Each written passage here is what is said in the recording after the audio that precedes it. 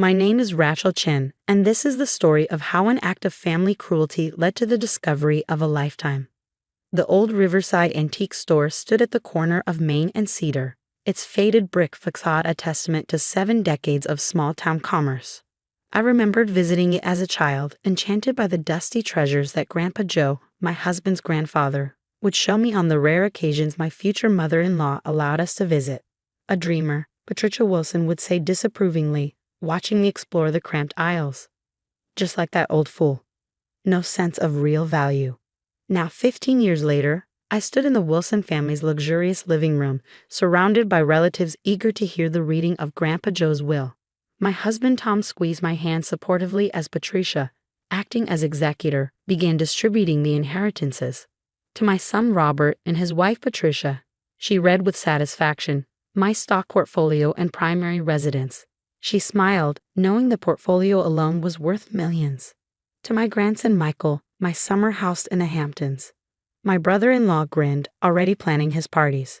To my granddaughter Ashley, my collection of fine art and jewelry. My sister-in-law clutched her pearls in delight. Then Patricia's smile turned cruel as she reached the final bequest. And to my grandson Thomas and his wife Rachel, she paused for effect. I leave my antique store, Riverside Antiques, including all its contents and associated property. The room erupted in poorly concealed laughter. The store had been losing money for years, its customer base dwindling as online retailers dominated the market. The building itself was in desperate need of repairs. Here's your inheritance, Patricia smirked, tossing me a set of rusty keys. Enjoy the bankruptcy, though I suppose it's fitting. A worthless store for a worthless addition to the family. I caught the keys, feeling their weight in my palm. Tom started to protest his mother's cruelty, but I touched his arm gently. Thank you, I said quietly. Grandpa Joe always said the store was special. Patricia's laugh was sharp as broken glass. Special? The old fool spent his last years muttering about secrets and hidden treasures. He let the business go to ruin chasing fairy tales instead of selling to developers like any sensible person would. The next morning, Tom and I stood outside Riverside Antiques. The early summer sun cast long shadows through the dusty windows, illuminating shelves of old books, vintage furniture, and countless curios. Mom's right about one thing, Tom sighed as we unlocked the door. The place is in rough shape.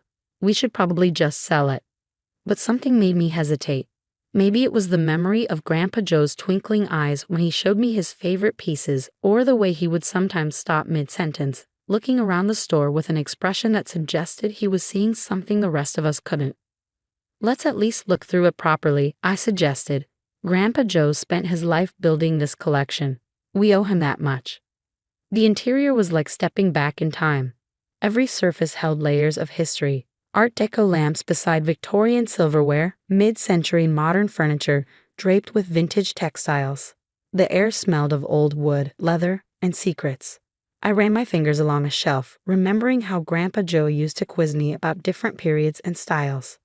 He'd been delighted to find someone who shared his passion for history and craftsmanship, often letting me help him research unusual pieces that came into the store. Your mother's right about the business side, I admitted to Tom as we explored. The books show steady losses over the past 5 years. But look at these pieces.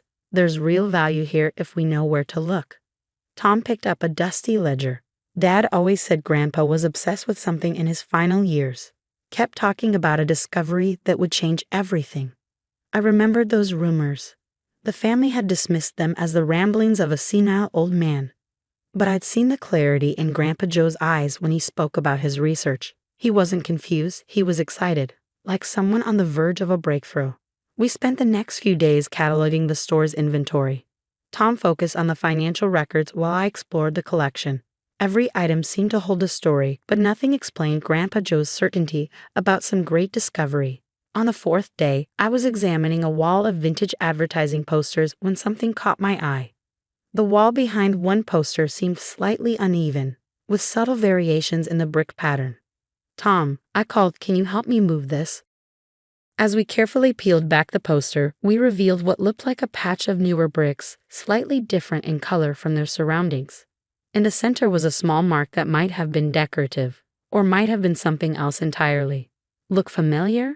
I asked, pulling out my phone and opening a photo album. This symbol, I've seen it before. The photo showed a page from one of Grandpa Joe's research notebooks, which I'd discovered the day before. It contained drawings of similar marks, along with cryptic notes about the Mason's legacy and hidden in plain sight. Tom ran his fingers over the mark. "It's hollow behind here," he said wonderingly. "The wall sounds different." We spent the next hour carefully examining the section of wall, finding subtle signs of modification. As the sun began to set, casting long shadows through the dusty windows, we discovered that one of the bricks could be pressed inward. There was a soft click, and a section of the wall swung open like a door. Behind it was a safe, not a modern one, but a massive antique model that looked like it had been installed when the building was constructed in the 1940s.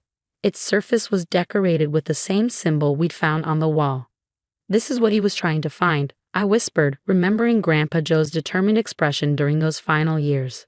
Whatever he discovered, whatever got him so excited, it must be in here. Tom stared at the safe in amazement. "Can we open it?" I studied the mechanism carefully. It's a Mosler from the 1940s. Grandpa Joe taught me about these. They were top of the line back then, used in banks and government buildings. But we need the combination. We spent hours searching through Grandpa Joe's papers, looking for any clue to the combination. As midnight approached, Tom reluctantly left to check on our kids at the babysitter's, while I continued searching. Around 2 a.m., I found something tucked inside an old book about antique locks. A photograph of Grandpa Joe as a young man, standing in front of the store on its opening day. On the back was a series of numbers, written in his distinctive hand. My hands trembled as I approached the safe. The combination dial turned smoothly, each number clicking into place with satisfying precision. On the final number, there was a heavy clunk, and the handle turned. Inside the safe was something that made my breath catch in my throat. But before I could process what I was seeing, I heard footsteps behind me. Well, Patricia's voice cut through the darkness. It seems the dreamer found something after all. I turned to find my mother-in-law standing in the doorway, her expression a mixture of triumph and malice. Behind her stood Michael and 2 men I didn't recognize, their suits and stern expressions suggesting they weren't there to offer congratulations. "Step away from the safe, Mrs. Chen," one of the men said, reaching into his jacket. "Federal agents, we need to have a serious conversation about what you found." The beam of the federal agent's flashlight illuminated the safe's contents, rows of carefully preserved documents, photographs, and what appeared to be old military orders, all bearing the distinctive eagle seal of the Third Reich. "Step aside, please," the first agent said, more gently this time. "I'm Agent David Cooper, FBI Art Crime Team. This is Agent Martinez. We've been monitoring this building for months." Patricia pushed forward, her designer heels clicking on the hardwood floor. I knew that old fool was hiding something valuable. As the executor of the estate, I demand. "You're not demanding anything, Mrs. Wilson," Agent Martinez cut in.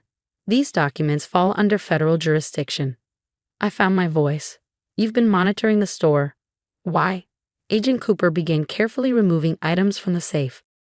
"Your grandfather-in-law contacted us 6 months ago. He wanted to ensure these documents would be properly handled after his death. He just never told us exactly where they were hidden." "But what are they?" Tom's voice came from the doorway. He must have returned and heard the commotion. "Your grandfather," Agent Cooper explained, "wasn't just an antique dealer. During World War II, he was part of the Monuments, Fine Arts, and Archives program. The Monuments Men. They were tasked with recovering artwork and cultural artifacts stolen by the Nazis." As the agents laid out the documents on a nearby table, the story began to emerge. Grandpa Joe had been stationed in Germany after the war, helping track down looted art. He discovered evidence of a massive collection, priceless works stolen from Jewish families across Europe, that had never been recovered. "These documents," Agent Martinez said, pointing to a stack of yellowed papers, "appear to be original Nazi inventories and shipping records. Your grandfather spent decades cross-referencing them with insurance records and family claims." Patricia's face had turned an interesting shade of red. "Then the art. Where is it?" "That's the real discovery," I said quietly, reaching back into the safe. I pulled out a leather-bound journal, Grandpa Joe's research diary. He found it all. Every piece. The journal detailed how Joe had traced the art to various museums and private collections around the world, works that had been sold through seemingly legitimate channels, their dark history carefully hidden. He had documented everything: the original owners, the theft, the subsequent sales, and most importantly, the current locations. "This is worth millions," Patricia breathed, reaching for the journal. Agent Cooper smoothly intercepted her hand. "This isn't about money, Mrs. Wilson. These are crucial historical documents that will help return stolen artwork to the families of Holocaust victims. Your father-in-law's work will bring closure to hundreds of families." "But the store," Michael protested.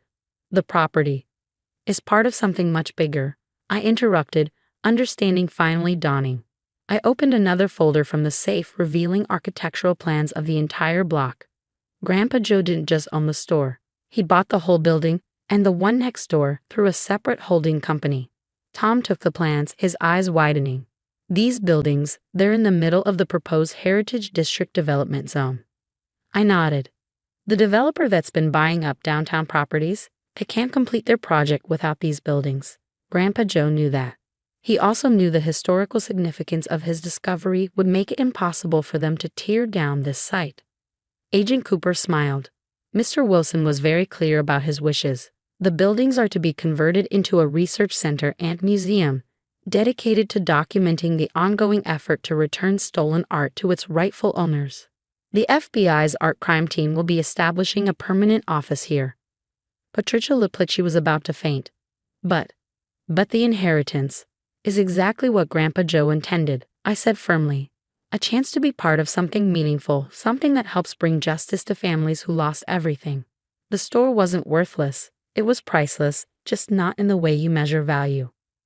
Over the next year, Riverside Antiques transformed. The retail space became a public museum, telling the story of the Monuments Men and the ongoing fight to return stolen art.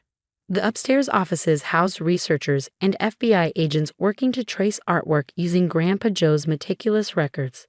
Tom and I were appointed to the museum's board of directors, along with representatives from various Holocaust survivor organizations. The developer, eager to salvage their project, agreed to restore both buildings to their historic glory and incorporate them into their plans as a cultural centerpiece. Patricia and the rest of the family were forced to watch from the sidelines as international media covered the museum's opening. "Local antique store reveals Nazi looted art secret," the headlines read. "World War II hero's final mission completed." 1 year after discovering the safe, I sat in what had been Grandpa Joe's office, now restored to its 1940s appearance. On the wall hung the last photo taken of him, standing proud in his Monuments Men uniform. Below was a framed letter we'd found in the safe, addressed to Tom and me. "Dear Tom and Rachel, I'm trusting you with my life's real work. Not the antiques, though Rachel's love for them warmed my heart, but the truth hidden within these walls. Some will say it's worthless, that the past should stay buried. They're wrong. Every artwork returned, every family given back a piece of their heritage, adds immeasurable value to our world. The store is your inheritance, yes, but the real legacy is the chance to continue this work, to show that some things are worth more than money: truth, justice, and the obligation to right historical wrongs. Rachel, you saw value where others saw dust. You understood that every object tells a story, carries a history. That's why I knew you were the right one to find this. Take care of my life's work, make it grow. And remember, true worth isn't measured in dollars, but in the lives we touch and the wrongs we help make right. With love and trust, Grandpa Joe." The letter had become the centerpiece of the museum's final exhibit, alongside photographs of reunited families and recovered artwork. Patricia never apologized for her cruelty, but her social circle's admiration for the museum's work was punishment enough. The worthless store now hosts international conferences on art restitution. Researchers and law enforcement officers from around the world come to study Grandpa Joe's methods. Each recovered artwork, each family reunited with their lost heritage, adds to his legacy. Tom and I still live above the store in the apartment where Grandpa Joe spent his final years. Sometimes late at night, I walk through the museum when it's empty. The old floorboards still creak in the same places, and if I close my eyes, I can almost hear Grandpa Joe's voice teaching me about the stories hidden in everyday objects. The safe remains in its place behind the wall, now part of the museum's exhibit. Its empty interior reminds visitors that sometimes the most valuable things can't be measured in gold or silver, but in the truth they protect and the justice they help deliver. As for Patricia and the family, they received something far more valuable than property or stocks, a lesson about the true meaning of worth. Every time another artwork is returned to its rightful owners, every time another family finds closure, they're reminded of how wrong they were about the worthless old store and the dreamer who saw its true value. Grandpa Joe's final gift wasn't just a building or a collection of documents. It was a mission, a purpose, and a reminder that real value isn't always visible at first glance. Sometimes it's hidden behind old posters, waiting for someone who cares enough to look deeper, to see beyond the surface to the priceless truth within. The store that was meant to be my humiliation became my greatest honor.